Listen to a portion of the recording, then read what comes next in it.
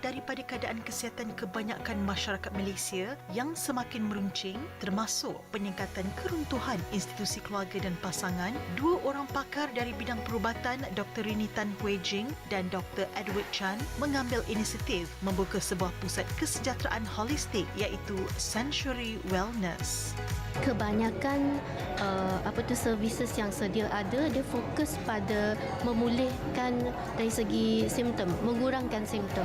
Tapi Center Sanctuary ni bukan saja mengurangkan simptom, kita nak orang ramai boleh berfungsi semula, boleh bekerja, boleh bersosial dan boleh mendapat mencarilah makna hidup untuk dia orang.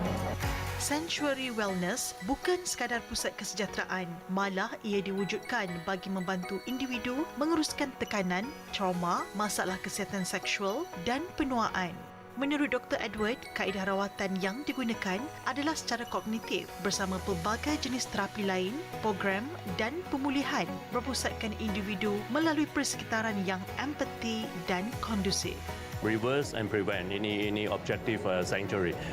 Bukan saja cognitive stimulation therapy, kita ada banyak mesin juga macam bicep, shockwave therapy.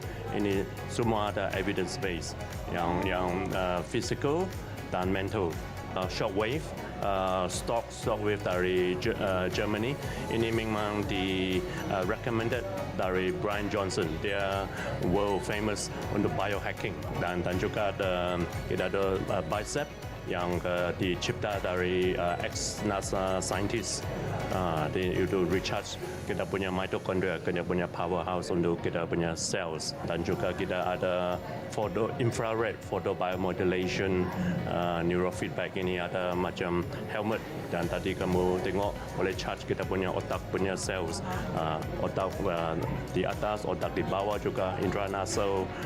Juga ada banyak lagi psychology program macam cognitive stimulation therapy, cognitive remediation therapy.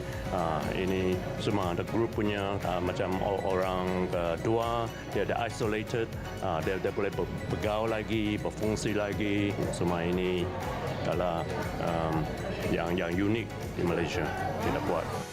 Kru Apa Khabar Malaysia berkesempatan menyaksikan pelancaran pembukaan Sanctuary Wellness yang disempurnakan oleh Ahli Parlimen Seputih YB Teresa Kok di Taman Desa Jana. YB Teresa bersama media yang hadir turut dibawa melawat ke lokasi-lokasi rawatan dan melihat sendiri fasiliti atau kemudahan yang ada di Sanctuary Wellness.